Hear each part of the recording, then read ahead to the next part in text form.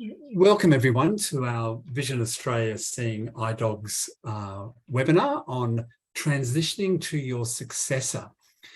Seeing Eye Dogs useful information and support services on this Thursday evening, October 27, here in beautiful, wet and windy and slightly cool Melbourne. My name's Dan Casey. I'm going to be your host for this webinar. And just before we start, I'd just like to do an acknowledgement of traditional owners. So I'd like to acknowledge the traditional custodians of the lands on which we work and live and recognise their continuing connection to land, water and community, and pay respects to elders past, present and emerging, and to any First Nations people joining this webinar. The Seeing Eye Dog panelists we have tonight, we've got two. We've got Lester Crane, who's from Seeing Eye Dogs, and he's our Client Services Manager. And we've got our client representative in Nadia Mattiazzo. So a little bit of information about Lester, and I guess I need to stick to the script for this about Lester, and rather than me going off about what I really know about Lester. Lester's worked at Seeing Eye Dogs for over 10 years. Lester's originally from Brazil. Hola, Lester, and Hola. he's obrigado, and he's worked globally in the US, New Zealand, and Australia in the dog guide sector. Lester is also a very, very avid soccer fan and is also very keen on any new tech gadgets. So that's Lester. We also have the absolute delight to have Nadia Mattiazzo here and her new Seeing Eye Dog, Abby. Nadia is on the client reference group for Vision Australia and is also a Mad Richmond Football Club supporter. That seems to be a bit of a tautology, Mad Richmond supporter. She's also the CEO of Women with Disabilities Victoria and a member of the Dog Guide Handlers Association. So welcome, Nadia. Great to see you again, Nadia. Hey. That's if you're still talking to me. Right. Okay. I'll think about it. Yeah. Tonight, we're going to have a great informative discussion about transitioning your successor Seeing Eye Dog, a really important and sometimes tough thing maybe to do. Look, we really encourage you to ask questions as we go through by just popping them in the chat. So the questions I think are really important. And for people using screen readers, you can access the chat by the keystroke Alt-H. The session's focused on you and questions that you might have about the steps you can take to support yourself through the transition, your current and successor Seeing Eye Dog. I guess the other thing to be aware of is, you know, sometimes this stuff might trigger things for us emotionally, and discussions relating to retiring a dog and dog guides and transitioning to a new dog might bring up some grief issues or might bring up some sadness for you. There's some online resources will be provided after the webinar via email, and just really important to look after yourself around those. So really encourage you that if it does trigger anything for you, that you take the steps to manage that. As I said, during the webinar, if you've got any questions, just use the chat function. The other thing you can do, you can email questions, and you just email those to sedclients@visionaustralia.org. So that's sedclients@visionaustralia.org. And should you have any questions at the end of the webinar that haven't been answered, you can also email the questions there. All right, I think that's all the housekeeping. So let's get started. So thanks, Lester and Nadia, for coming along. To get things started, what I wanted to do in a sort of pathetic attempt to get a bit of participant involvement is just to ask the audience just some questions. And if you could just pop the answers into the chat, that would be great. So we'll start with the first one. Who in the group has a dog guide, yes or no? So if you could just type that into the chat, whether you have a dog guide, yes or no, that would be fantastic.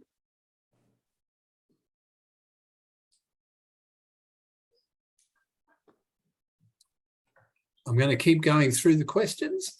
The next one is, if you do have a dog guide, what's your current dog's age? So how old is the dog that you have?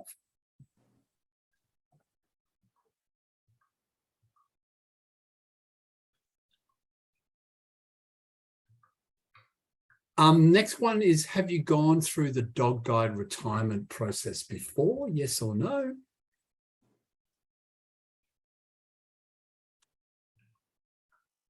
Now, a few more trivial questions. Where was Lester born? On the side of a mountain overlooking. And who is Nadia's favourite football team?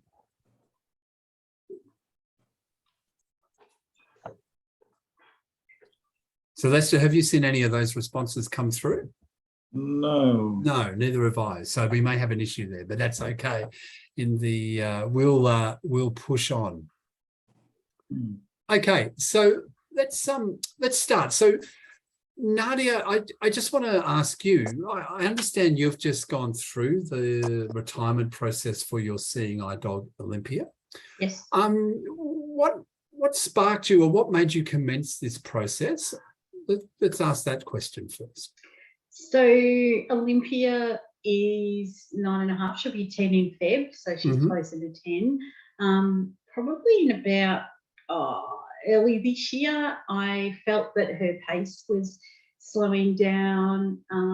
Whilst she's a very work-oriented dog, she loves getting out there and doing things and meeting people and, you know, being my guide, I guess. I would find that while she was enthusiastic, she would start off walking at a pace that was, you know, what I was used to. And then as we would get into the day, her pace would slow. Yep. You know, so the mind is willing.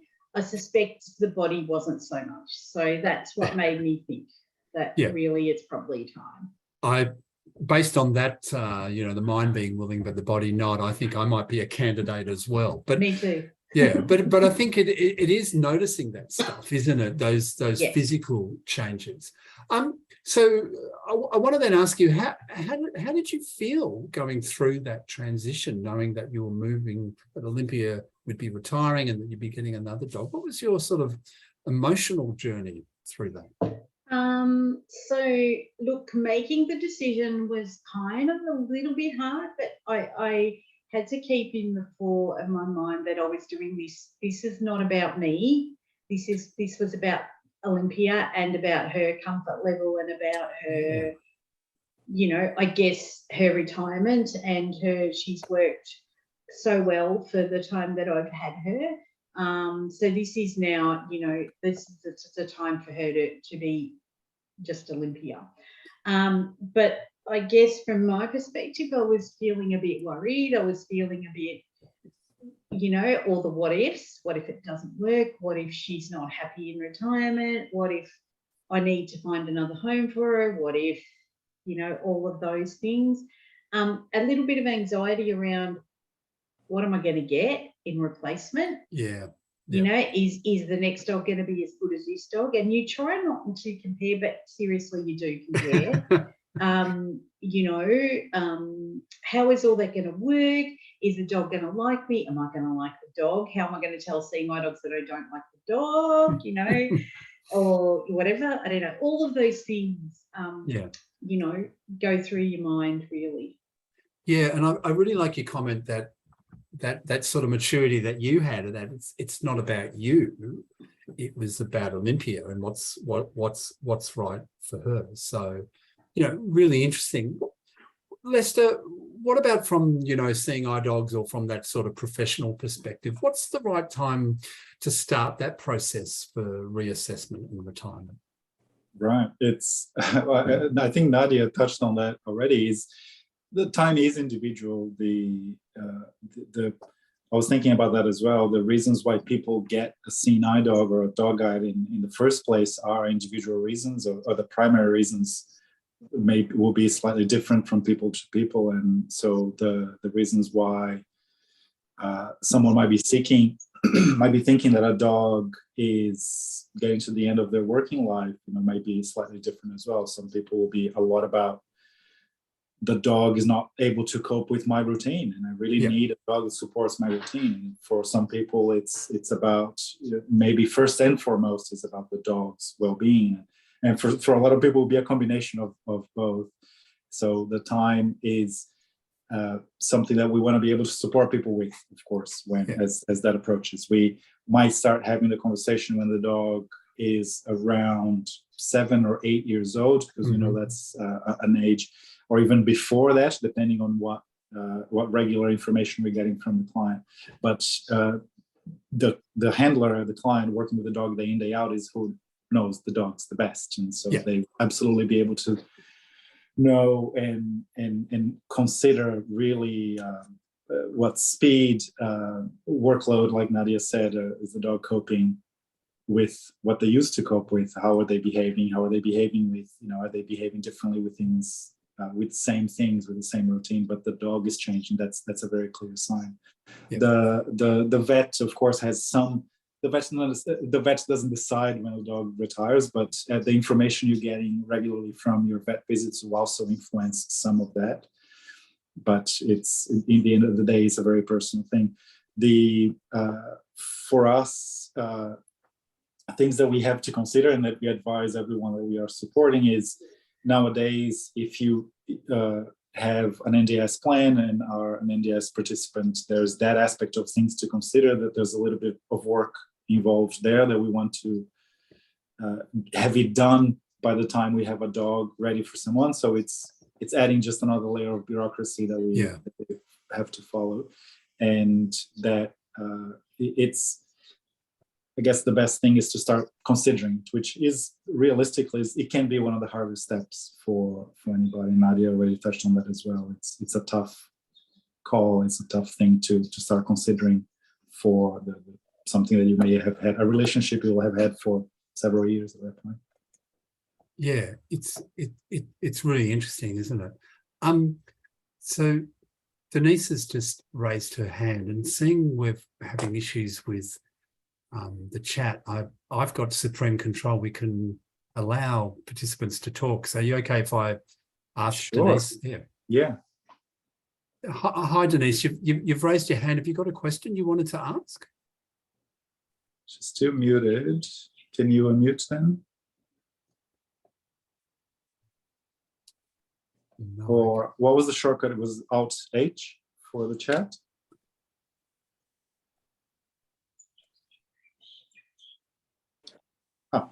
Denise, sorry, we're having a few.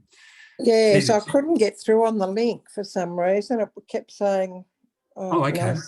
Yeah, so anyway, I'm here, but. Okay. Did you have a question? Oh, well, just that, well, I have not just really, because I got Maya back just before we got shut down for the 6 months. With COVID.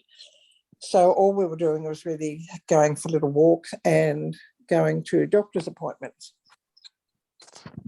I do feel the first time we actually had to leave Bella at home was really hard. But I think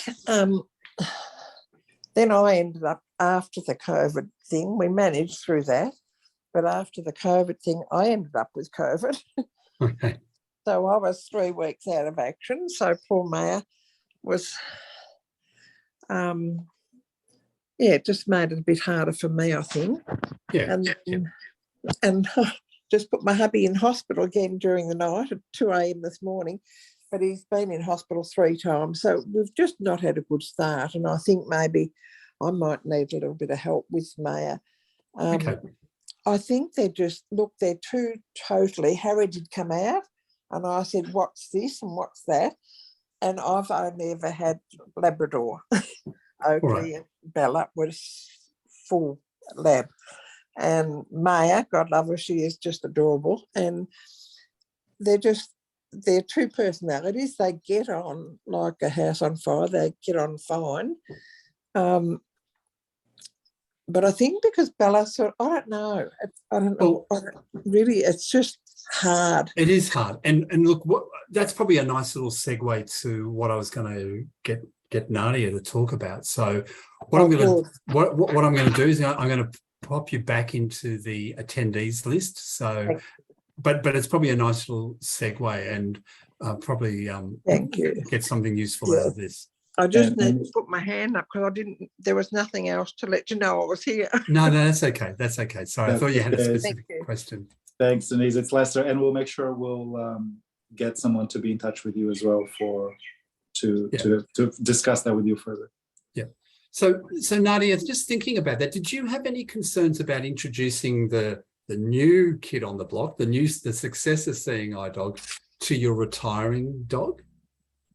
Absolutely. And Denise, firstly, I want to acknowledge the challenges that you've had.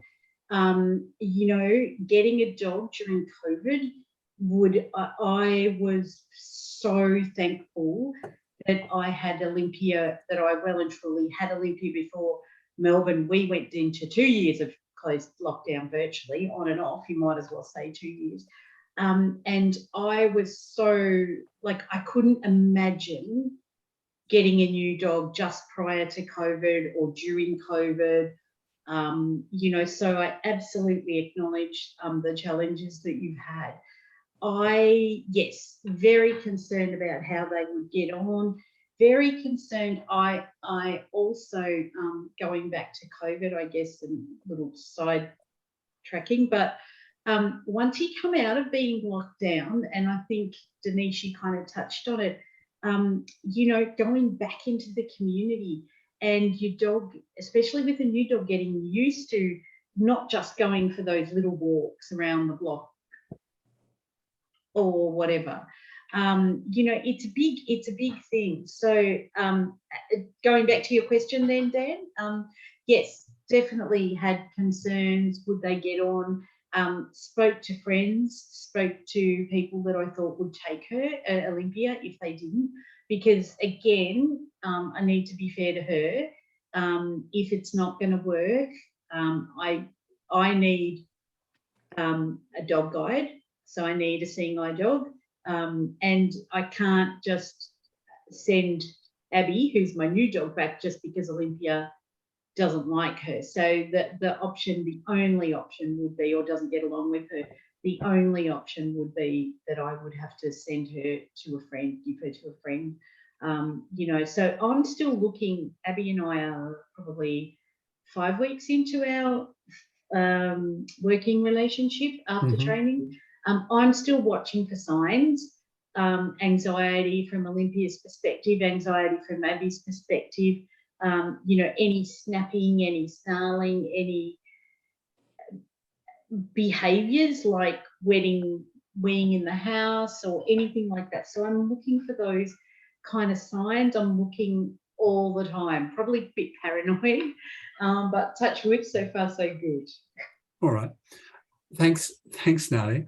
And Lester, how does seeing eye dogs support the process? This process? Yeah, we will have. That is a very much something that it's a concern that comes up, a very normal concern. Most people want to keep their retired dog, and so how does that work? What's that like? Having the new kid and the old soul, and the strategy. There are a number of strategies and exercises and so practical things. Most of the time, we'll be there with you when that introduction happens, which may be during training or slightly before training or after, towards the end of completion of training. If we can, we want to be there, and that's what most people would like as well. It provides another layer, but it's not something that is absolutely necessary. Someone like in Nadia's case, for instance, she's had a few seeing eye dogs, and you know, people may have different levels of comfort and confidence in doing this themselves and introducing dogs to each other. But we do want to ensure that things get off on a good foot. I think that's one of the things that we look out for in establishing relationships in a nice and positive way. So that's the foundation to the rest of the relationship. And there are ways to like I said, exercises or strategies to almost ensure that happens. And so we go through that with people as well. Yeah. Okay. I'm just thinking we've got another hand up. I'm just thinking if we maybe allow people to ask questions at the end, that might be a bit easier to manage as we go, rather than jumping in and out. It's just sort of a little bit tricky. So Terry, if you've got a question, if you can hold it on to the end of the webinar, and that's when we can open up for direct questions. So Nadia, how did you find that whole bonding experience with the new dog? So bonding with Abby, you know, I can only imagine there might have been feelings of guilt and you know, possibly infidelity type feelings of, you know, like I'm now got a new dog. You know, I know I like to exaggerate, but how did you find that? Dan, I hate to agree with you, but you're actually. I know it pains you. No, it pains me greatly. But you are right. Sometimes you do feel a little bit unfaithful. Look, Abby and I are still bonding. You know, it doesn't just take a week. It doesn't take, you know, seeing eye dogs tell you, the trainers will tell you, it can take up to a year to feel totally, absolutely like a partnership and a team. So we're still going through that bonding process. I feel the hardest thing for me is leaving Olympia at home in the morning. And so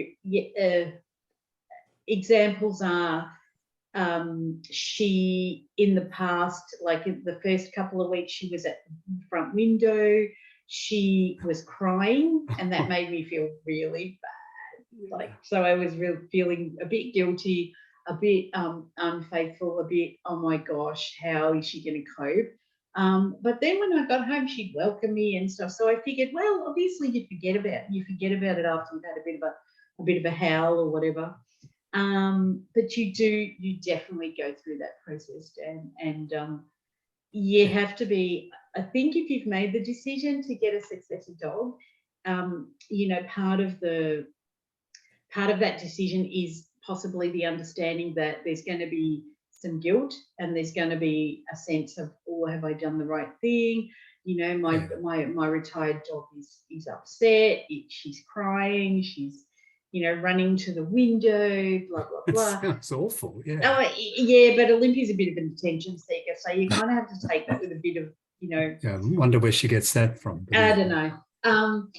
But yeah, so it's totally a legitimate feeling to have then. Yeah.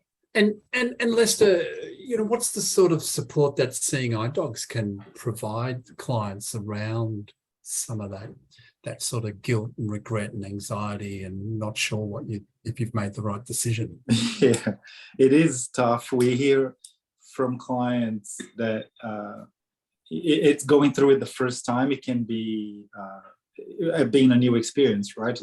Someone training with a Seeing Eye Dog for the first time, but someone training with a new Seeing Eye Dog for the first time is also, we know it's a major step. That's what we understand people's feedbacks. And so the second dog is, we know that we want to, when the first dog is getting to the end of the working life, that we want to be really ensuring that we have supports in place. And so things we'll be discussing with people in terms of informal support and their support network of friends and family, you know, how are they going about that? But then, of course, if people have formal supports in terms of mental health support or accessing that via GP, that's one pathway to, of course, support people with that. Or there are other supports, formal supports available through then Seeing Eye Dogs that we can make available for people if they need. And this, it goes throughout the process. We mentioned earlier then the idea of grief, right? Because there are several things happening at the same time. Of that dog is no longer there, so that's the end of that relationship.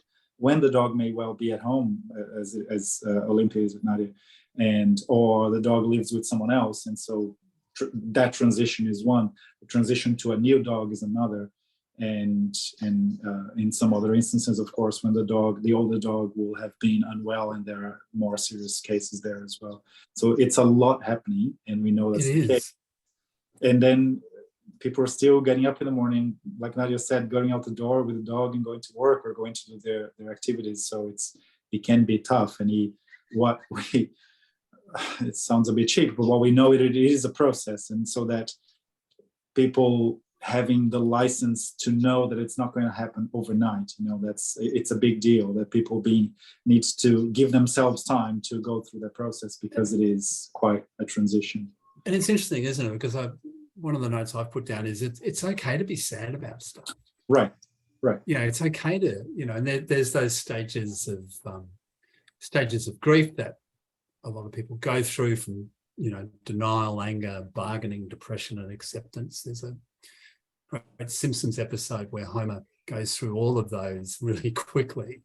And I think, it is traumatic, it is tough, but with the right support, with the right sort of, support around you and thinking about it and practicalities, people can go through that. I guess the other thing, obviously, people can keep their retired seeing eye dog. Obviously, Lester, they can. Yeah. And that's what most people choose to do. There are scenarios, absolutely, that's not possible for a number of reasons. To size of the house, to nowadays, unfortunately, more than ever, financial constraints and of supporting then 2 dogs. So there are a number of reasons why that doesn't happen. But most people will want to keep their dog as a pet. The dog at that point, it's almost a member of the family, for having been that long. And the way we describe it, most people in the call have had the dog for a little while, have had a dog for a while. The working dog, the relationship with the working dog is different. Us as staff, as instructors, we don't have that kind of relationship of spending, if you're going out and about on your day, if you're out the door with your dog on a regular basis, you're spending more time with that dog than with most other family members. And so it's a decent relationship that's there. And so it's just being aware of those things. And we know that. So when you are going to adopt a dog as a pet, that's almost a simple process. There's a couple of bits of paper we have to go through, but when that's not possible, we also then provide you the avenues. We'll have those conversations and discuss what are the options, what would, of course, the handler client would like to happen, and if it comes to that we have to use the support of our adoption team, then it's for also to put people at ease that there are a number of people out there interested in looking after older dogs, and very well behaved, trained older dogs. Exactly. There is people interested in that. Yeah. Okay. So Nadia, with 2 dogs, can you tell us a little bit about how you manage the attention you give? Oh my God. Those, I know, because I can imagine that would be challenging at times. Well, after I've split myself in half and grown an extra pair of arms, possibly, it's great. Look, I make sure that I spend time, obviously, with Abby, my new girl. I spend time with her. I spend a lot of time with her, just me and her, because she comes to work with me. She's my, she's my mobility aid for all intents and purposes. Oh my gosh, I hate saying that because she's not, but she is. So she's with me every time I leave the house, pretty much. So she gets lots of attention in our working relationship, but then also she needs attention in her downtime. Yeah. So when we get home, she needs, some loving in terms of what a good job you've done, have a bit of a run around the backyard, whatever, play with a toy, I don't know, whatever she wants to do, and make sure that, I'm part of that. And then there's Olympia, who's like, oh my God, you've been out all day. Where's my loving? How dare you leave me home? Now love me. So, then I have to give time for Olympia as well. I'm kind of loving it in a way because Okay. I'm a dog person. Well, I'm an animal person. So the more, like, if I could, I'd own like 4 million dogs. Clearly not possible. So for me, I will make time for both of them separately. But then there's also the times that they need to be together because they need to bond. They need to understand their, I guess, position in the pack, in the relationship between the three of us. So it's just, it's not really tricky. It kind of, for me, it just happens. But sometimes if I'm tired and I'm come home from work and I've had a big day, it's like I mustn't forget to give Olympia some attention on her own, to make sure Abby's okay and she's got some downtime and some time to relax and have fun with me. And then obviously they get to be together because, they're allowing each other to lie on a bed beside each other or on the same bed together, so they're getting also that bonding too. It's you just need to keep, I guess, the dogs in your mind. Yeah. And Lester, anything you wanted to add about that, about the dog, the attention for the two dogs? It's an amazing job now. It's a lot of discipline in ensuring that you're, thinking about it. It can be tough. I was thinking about having the two kids at home as we it sounds a lot like that. Yeah. It's being aware that you have to, that you need to give some time, and our time, it's some days it really is, and some days it's not. Some days in our time as valuable in that sense, it can be tough. But that for in a maybe a little less interesting way to think about it, but not less real, is the dog and the way that the dog has been working for 6 years or more with you. We've been reinforcing them in that routine, and so a change in routine, of course, will be tough.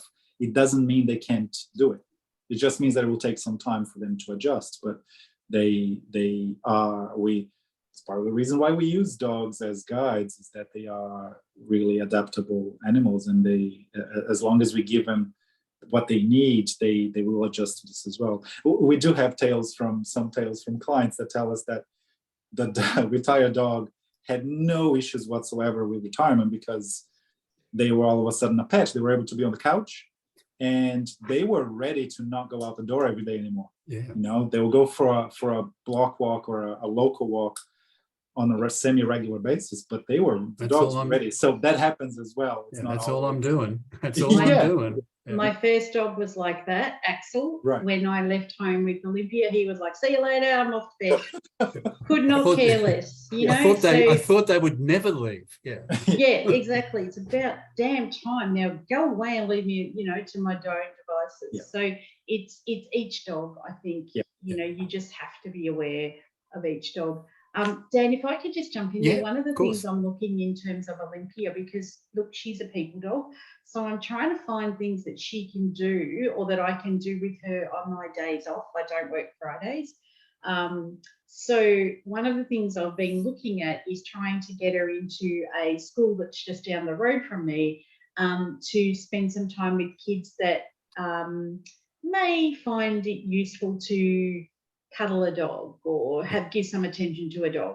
So, I've been trying to kind of think of ways to make her life still, to still enrich her life, and still keep her active and her mind active. I also do take her for walks, and if I'm going away, like next week I'm going away for the week, I'm able to take both dogs with me. So she gets to go on holidays with me too sometimes. So it's just, if you've got the capacity to do that, then that's always too a good thing, I think. Yeah, okay. And just quickly, Lester, anything else you want to add about the support Seeing Eye Dogs can provide about the transition and things like that? And I also understand that clients, even though who have had a previous Seeing Eye Dog and they get a new dog, a replacement dog, still have to go through the assessment process. Right.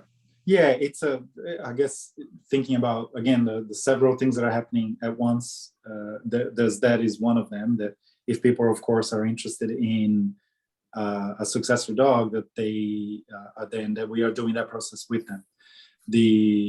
And we do that. It's almost thinking about the risks of not doing it and not getting that right, and ensuring that, because sometimes people have worked with a dog for 6 to 7 years. Sometimes it's a little longer than that, and so a lot changes in that time. Sometimes people being 8 years older, it's and I've done that as a practitioner. I know some of my colleagues have done that too, is to think of someone they worked with today as they were 6, 7, 8 years ago. And it's tricky. It's not, and then we surprise ourselves when we realize, oh, their vision has changed, their fitness has changed, a lot has changed, and we, for some reason, we stayed frozen in the past. So we know that this is really an important part of the process. It's not paperwork for paperwork's sake. It's not just the process. We know it's important because we need to work with people as they are now. And to add to that is that dog that they may be retiring, or the dog that is getting older, has been on the journey with them for that number of years, so that they've adjusted, they've transitioned together, they evolved together. A young dog, and it's then can be easy to forget what it's like to all of a sudden work with a 18-month-old dog, 2-year-old dog. It's a very different thing than work with a 8 or 9-year-old dog that you've had it for a number of years. So that's why we go through that part of the process with people. The supports we provide people is more or less the supports that they need, supports that we can offer. I'll always remind people that Senior Dog instructors we are very interested in supporting people, and we do from time to time go do things that are almost outside of our role. And it's just reminding people that we are definitely not mental health professionals or practitioners, and so we also know that there are things that we can't help people with, and so there are ways that we can support, formal supports to offer people there. Yep. All right. Great. What I wanted to move into maybe was just staying with you, Lester, just some practical things about, if my older dog, for example, is healthy now, what are the sorts of signs I should look for to see if they're getting closer to retirement? Yeah, I think this is going back to what Nadia was talking at the very first, the first point is, and you being the specialist on that dog, I would have to say the client knows that their dog that they had for 5, 6, 7 years, the best of anyone. It's not their vet and it's not the instructor, it's the client. So, and it can be tough because the changes can be subtle, but unfortunately, the best advice is to look for change. So anything that the dog used to behave this way, is it on speed of walking? Is it on duration of walks or the length of walks? And dogs all of a sudden start slowing down at the end of walks. The dog is in maybe more dramatic examples, is the dog is less interested in actually getting up and going, and being ready and going. Those things happen, and it could be a small thing, it could be a bigger thing. That is generally, some of these things can be a sign that then in conjunction with other things will start maybe getting people to put their antennas up and think, is this, is the dog unwell, or is just a minor thing that goes away, or is this something related that may, be being a sign? And so keeping an eye on if that's ongoing, if that's frequent. It doesn't mean that the dog is uncomfortable or it doesn't mean that at all. It just means that age comes to us all, and that's it may just be that's happening with the dogs. And unfortunately, as we know, it happens with dogs. It happens in a very short period of time. It can happen quite quickly. Yeah, and that's what I'm always intrigued about. I was with some friends the other day, and I made the fatal mistake of asking them about their pet dog. Right. And their pet dog had passed away, and I was like, no longer there. Yeah, and that happened really quickly. Yeah. And I think that's part of the challenge in situations. With an older dog, are there any things like you could be doing to sort of, not so much prolong, but you know, if the dog's getting a bit older, and you know, any tricks or tips about helping the dog? I mean, tips or tricks. We do talk a lot about it's the obvious one. I think every client has heard it at least 50 times from their staff, from their instructor, is the weight, and because we are talking about Labradors, and the weight and the impacts that can put on joints and in other parts of the body. So that's a thing.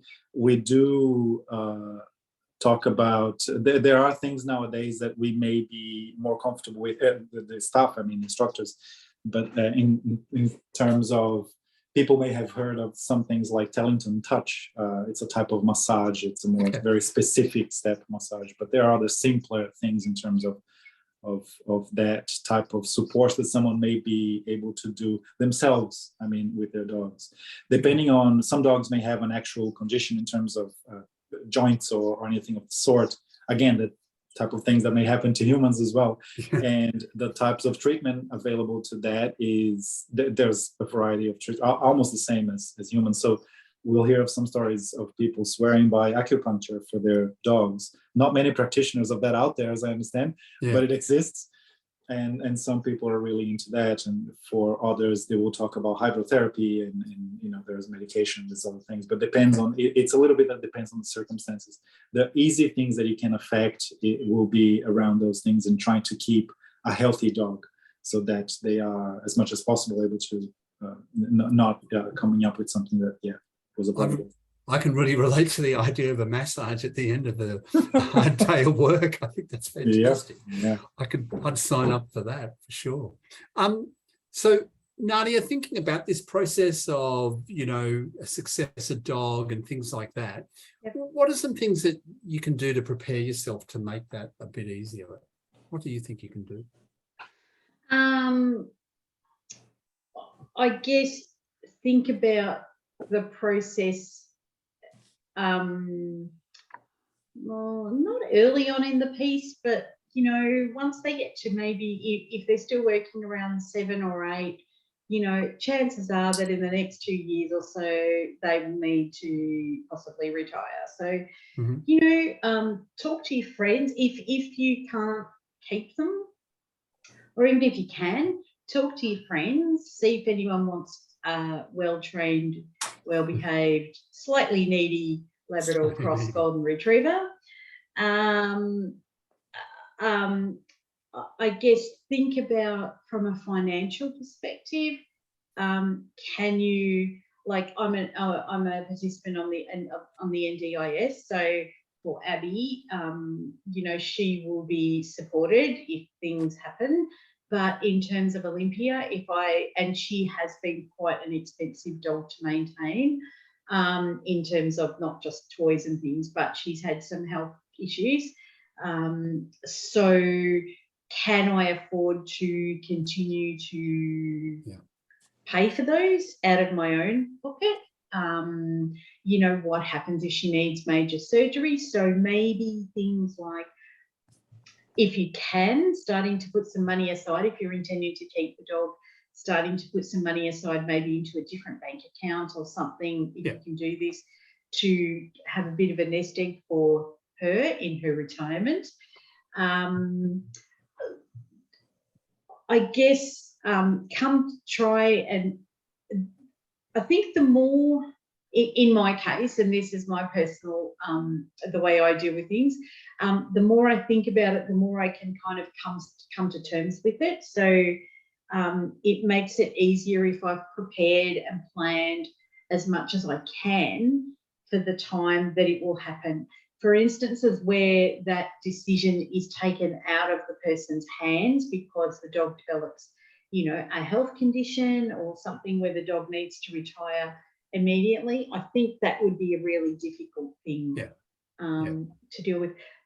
But also talk to seeing eye dog staff, you know, and attend, you know, let's plug these webinars too. Attend webinars like this where you can get a chance to talk to people and hear other people's experiences, because it might help you. You know, join groups on social media that might, you know, that are related to dog guides. that might be able to, you can bounce off their feelings and ideas and their experiences as well. And there's a lot out there. Okay, all right, great. Some good advice there. And you're quite right. Often that peer support, from other people in a similar situation or other people involved with, dogs can be really useful. So thanks for that. So Lester, in terms of a successor dog or new dogs, what's the waiting time these days? It's for us, we are now talking about 6 months on average, which is a much happier average than used to be not that long ago. So we've made a big dent on that, and we're getting close to where we want to be. Still on average, not to say that, of course, there are still people who we are, when we're talking about waiting times, we have to almost always temper that with saying that we want to get it right. And that's why some people, of course, will wait longer, and some people will wait significantly less than that. But the idea is that we are, in the last 2 years, during COVID, as funny as that is, we've made a decent amount of progress in our practices, in our production line, if you want to call it that. So we are getting more dogs out to people. So that's how we've had this average coming down. There are things still, of course, and you may hear the stories about or experience yourself about the NDIS, and so there's still something we have to contend with in terms of, it doesn't affect the waiting time, but it affects the process because it's an added part of the process, and so it's still part of it. When we are having these conversations with people, that's why we're always encouraging people to apply as early as they feel comfortable to start the process going, so that there are hopefully no surprises. There are still things that come out of left field, and that's okay, and we'll handle that if as much as possible. For a lot of people, it is really important to not be without a dog. So going through that process is really, as early as possible, is really important to make sure that we have the time to work to identify the next suitable dog for the person. For some people, they are really devoted to that relationship with their current dog, so they would be okay having a gap in dog mobility. So there's a number of cases out there. We work with all different cases. All right. I'm just conscious of the time. It's 7:20. It's probably good to do some questions. So happy to do the questions. As I said, we've had a bit of an issue, it seems, with the chat. So I'm going to be brave and suggest the people putting their hands up if they want to ask a question. So we've got Terry. So I'm just going to, Terry, just give you allowed to talk. If you take yourself off mute, that's right. Already done. No worries, Terry. What's your question? Yeah, hi. I'm Terry's husband, Stuart. Terry's here with me. That's why we were putting our hand up earlier, because the chap's disabled. Right. Thanks. And we tried to send an email as well, but no reply. But what my question is, when you get the two dogs together, how do you control the bad behaviours from the old dog to the new dog? Great question. Nadia, do you want to answer? Oh, yeah. Like Para's just to jump up on the lounge. How's it go in your house? So Olympia she will bait Abby. When Abby comes home from work, Olympia runs, being the half golden retriever, she'll run to the toy box, grab a toy, throw it in Abby's face, whether Abby's in harness or not, and do the play bell and go play. So it's really about, I guess, expecting, knowing that that's probably going to happen, and about giving, like I would take Abby out of harness. I would make her sit. I'm doing a lot of rewarding her if she does and ignores Olympia.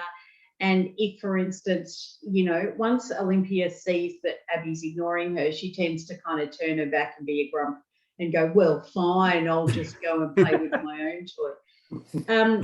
Abby, so, and I have to admit something here, Olympia is allowed on an upstairs couch that we have now that she is retired. And so at night, sometimes I will find Olympia on the couch asleep and Abby on her bed below the couch asleep. So Abby hasn't clicked yet that she might be able to try and jump up on the furniture. But obviously correcting that as soon as you possibly can is a good thing. They don't allow it in the first place. Oh yeah, well, don't allow it in the first place with any dogs, and then you get a consistency. You're so right. You know, look, I think you got to accept that in a way you're dealing with a pet dog and a working dog, and you know they're gonna get excited to see each other. They're you know, you have to really create your boundaries, I guess, and create your expectation. You know, have expectations of the new dog, and have expectations of the older dogs. And if you've given the older dog, if you've been, you know,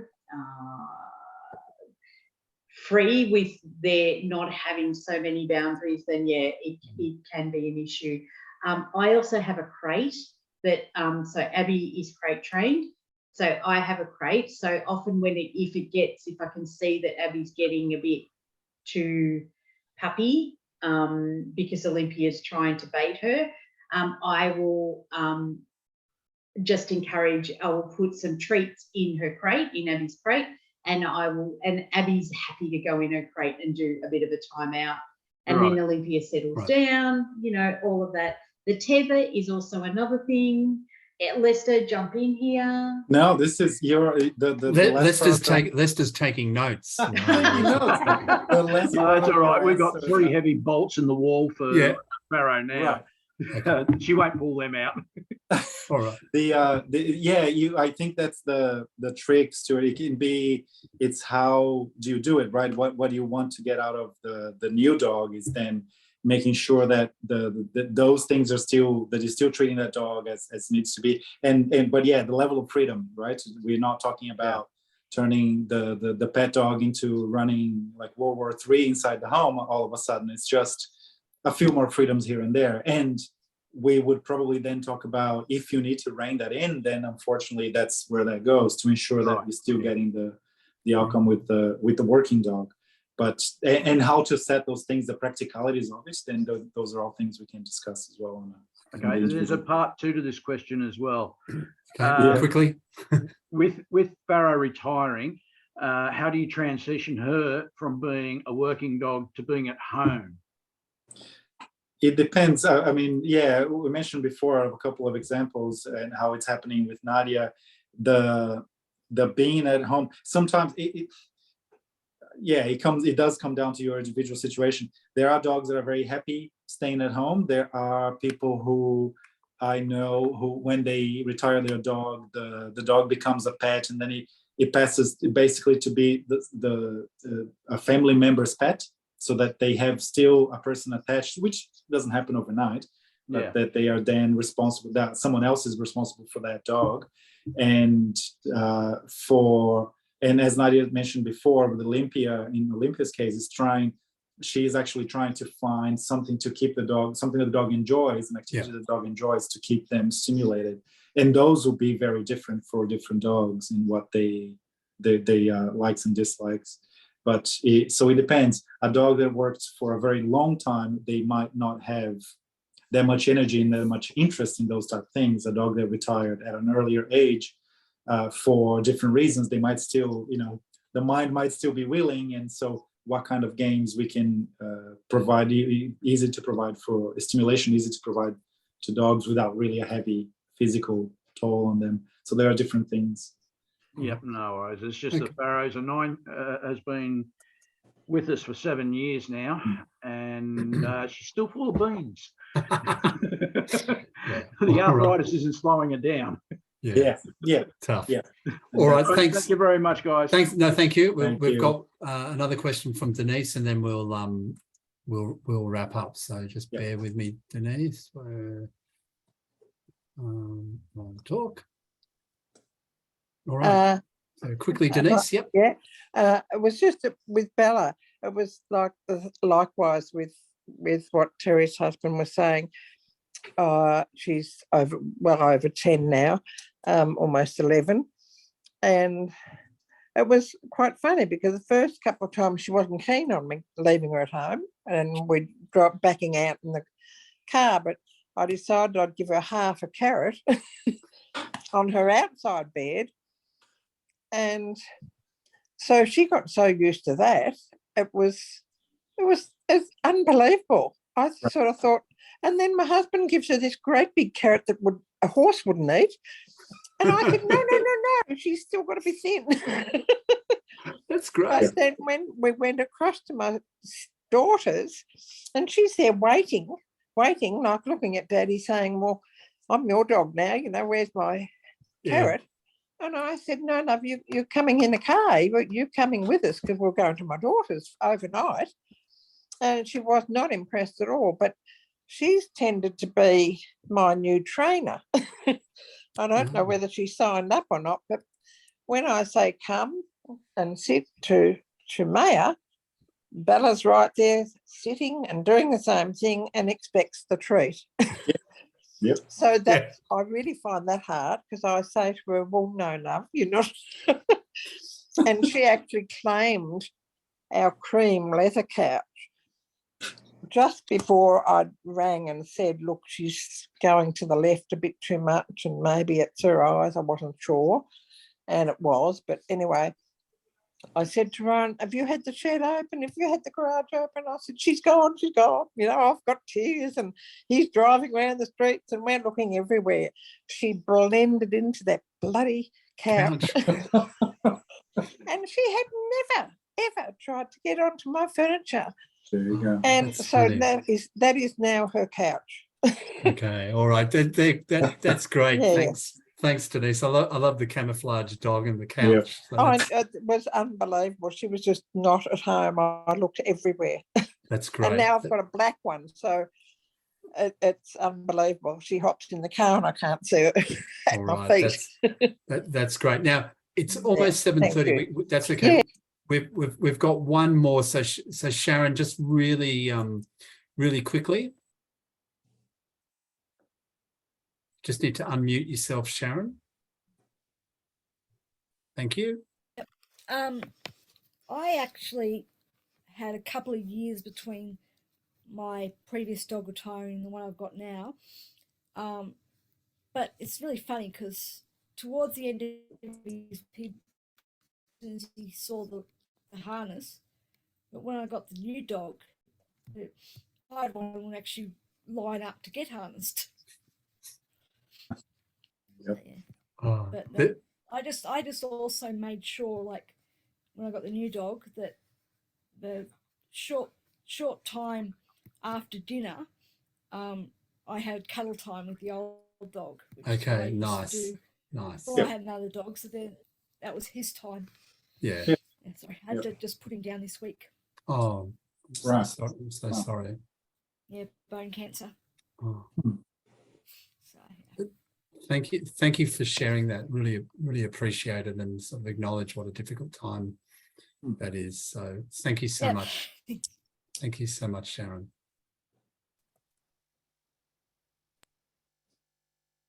Okay, well, thanks everybody for joining us today, and thanks Lester, and special thanks to you, Nadia. Thanks for participating and sharing your great experiences and insights into all of this.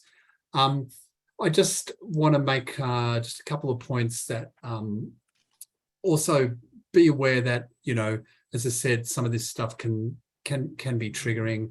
So we'll be sending out some information, some fact sheets from Lifeline and Beyond Blue. We'll send them out with the recording. If you feel like you need extra support, you can always email Seeing Eye Dog SED clients at visionaustralia.org. Make sure you make use of your own family and supports. And obviously, if you need some immediate assistance, please get in touch with Lifeline on 131114. I've always loved saying this, that number again, 131114. And we will be sending out information via the email. So thank you again. If you've got any more questions about tonight, sometimes what happens is you think of a question later, and I should have asked that, or you've got suggestions for future topics, or any feedback, like we never want that presenter or that host Dan ever again. So please get in touch, or if you want any more information about the Seeing Eye Dog application process, please get in touch. You can always call on the 1300 847 466 number and just ask to be put through to Seeing Eye Dogs, or jump on, any of our Vision Australia's websites, or again, that email of sedclients@visionaustralia.org. Thank you, everyone. Thanks, Lester. Thanks, Nadia. Enjoy the rest of your evening, and stay safe and stay dry if you're in Eastern Australia. So, yeah. Thanks, everyone. Thanks. see everyone. Thank you. Bye. Bye.